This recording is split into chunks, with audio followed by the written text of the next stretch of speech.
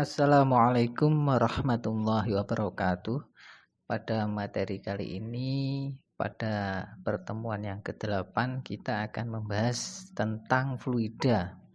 Ya, pada materi kali ini ada dua kompetensi yang harus kita capai, yakni kompetensi pengetahuan dan kompetensi keterampilan. Adapun kompetensi pengetahuannya yakni menerapkan hukum-hukum yang berkaitan dengan fluida statis dan dinamis. Sedangkan kompetensi keterampilannya yakni melakukan percobaan sederhana yang berkaitan dengan hukum-hukum fluida statis dan dinamis. Adapun indikator pengetahuannya ada 3, bisa dilihat. Kemudian indikator keterampilannya pun juga ada 3, bisa dilihat. Langsung saja ke materi. Materi kali ini akan dibagi menjadi 2 bagian, yakni tentang fluida statis dan fluida dinamis. Untuk yang pertama perlu kita ketahui bahwasanya fluida adalah zat yang dapat mengalir. Jadi zat yang dapat dikatakan fluida itu syaratnya harus dapat mengalir, ya. Apa saja itu? Contohnya yakni air, minyak, udara. Nah, ini termasuk fluida karena apa? Karena dapat mengalir. Adapun fluida itu terbagi menjadi 2 macam, yakni ada fluida statis, ya, yakni fluida yang dalam kondisi diam, dan fluida dinamis, yakni fluida yang dalam kondisi bergerak. Pada pembahasan pertama kali ini kita akan membahas tentang fluida statis atau fluida yang diam. Pertama-tama kita bahas tentang tekanan di dalam fluida. Ketika ada sebuah fluida yang berada di sebuah wadah tertentu, maka dalam fluida tersebut akan memiliki sebuah tekanan. Tekanan dalam fluida tersebut dinamakan tekanan hidrostatis, di mana tekanan tersebut nilainya bergantung pada kedalaman fluida tersebut, ya. Nah, ini sesuai dengan rumus tekanan hidrostatis Rho kali G kali H. Nah, ini semakin dalam dari sebuah fluida, maka tekanan hidrostatiknya akan semakin tinggi. Ya, misalnya ketika seorang penyelam itu menyelam di permukaan dengan di dasar laut, maka tekanan yang dirasakan akan sangat berbeda. Nah, seperti itu. Nah, itulah yang sering menjadi pertimbangan atau perhitungan para arsitek dari kapal selam, ya. Kapal selam itu bisa menyelam sampai seberapa dalam. Nah, itu yang menjadi perhitungan dari seorang arsitek kapal selam. Nah, tekanan hidrostatis dirumuskan Rho kali G kali H. Rho itu adalah massa jenis, ya, massa jenis zat cair tersebut, ya. Ketika massa jenisnya beda, tekanan hidrostatiknya akan berbeda. Kemudian G percepatan gravitasi bumi, ya. Kemudian H kedalaman. Kemudian yang nomor 2 hukum Pascal. Hukum Pascal menyatakan bahwasanya tekanan yang dilakukan pada suatu zat cair dalam ruang tertutup akan diteruskan ke segala arah dengan sama rata. Oleh karena itu, tekanan pada salah satu permukaan itu akan sama pada permukaan yang lain. Kita ambil misalkan seperti gambar ada pipa U, maka tekanan pada permukaan 1 itu akan sama pada tekanan pada permukaan kedua. P1 sama dengan P2, di mana P itu dirumuskan dengan F dibagi A, sehingga P1 sama dengan F1 dibagi A1, sedangkan P2 adalah F2 dibagi A2. Nah, ini sehingga rumusnya F1 per A1 sama dengan F2 per A2. Ini di mana P1 adalah tekanan pada permukaan 1, P2 adalah tekanan pada permukaan 2, F1 adalah gaya pada penampang 1, F2 gaya pada penampang 2. A1 adalah luas penampang 1, A2 luas penampang 2. Nah, pipa U ini biasanya diaplikasikan pada konsep dongkrak ya, atau rem, bisa juga pada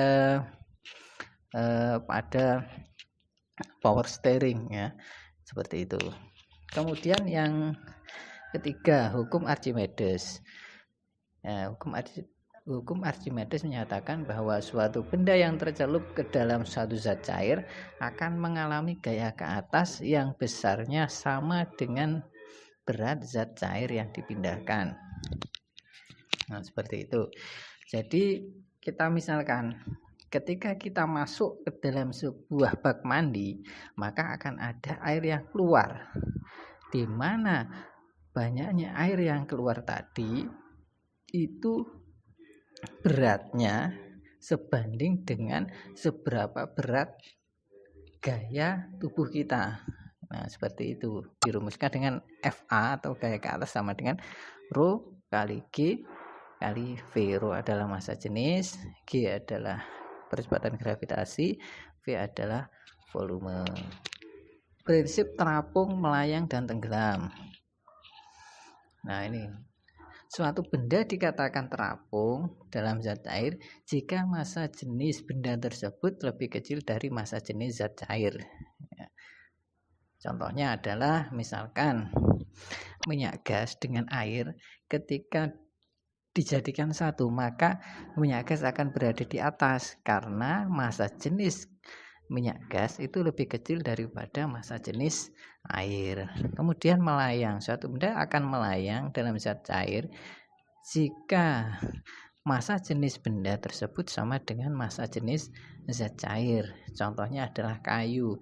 Ketika kayu itu dimasukkan ke dalam air, dia akan melayang di dalam air. Kenapa? Karena massa jenis kayu itu sama dengan massa jenis air.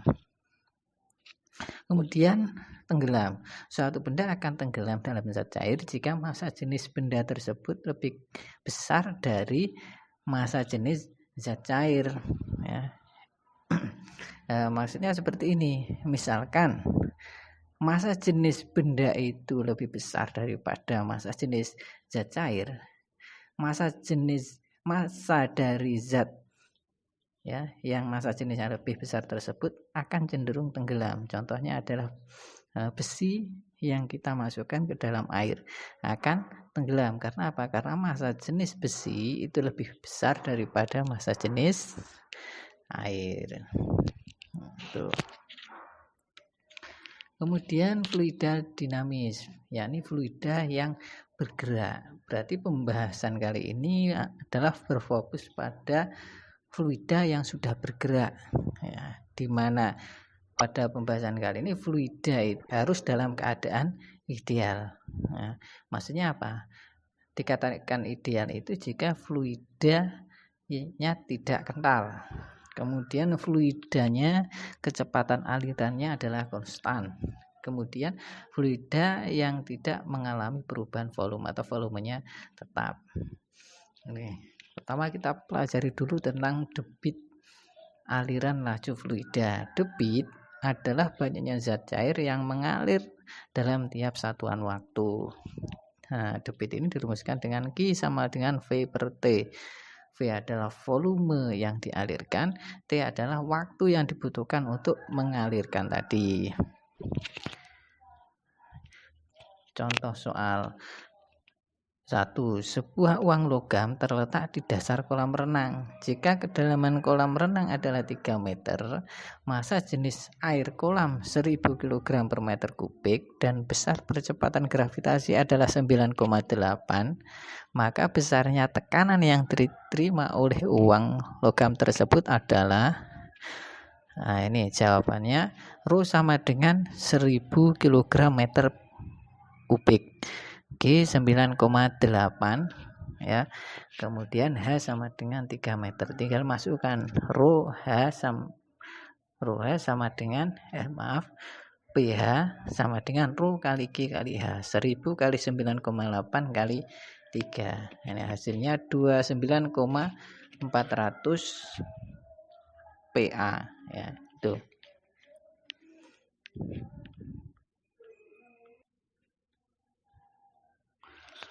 Yang nomor 2, sebuah pipa U luas penampangnya masing-masing 10 cm persegi dan 200 cm persegi. Jika pada penampang yang kecil ditekan dengan gaya sebesar 80 Newton, besar gaya yang dihasilkan pada penampang yang besar adalah ini. Jadi luas penampang yang kecil atau A1 10 cm persegi, luas penampang 2 200 cm persegi. Kemudian gaya pada penampang yang kecil 80 Newton. Nah, yang ditanyakan gaya pada penampang besar. Berarti F2, di mana F2 dari rumus yang sudah kita pelajari tadi, berarti F1 dibagi A1 dikali A2. 80 bagi 10 kali 200, hasilnya 1600 Newton. Kemudian contoh soal yang nomor 3, sebuah saluran pipa mengalirkan sebanyak 300 liter air selama 15 menit. Berapakah debit pada aliran pipa tersebut? Jawabannya V sama dengan 300 liter, T sama dengan 20 menit. 20 menit itu adalah 1200 detik. Nah, Q sama dengan V dibagi T. Nah, berarti 300 dibagi 1200 berarti 0,25 liter per sekon, sehingga dalam waktu 1 sekon volume yang dialirkan adalah 0,25 liter.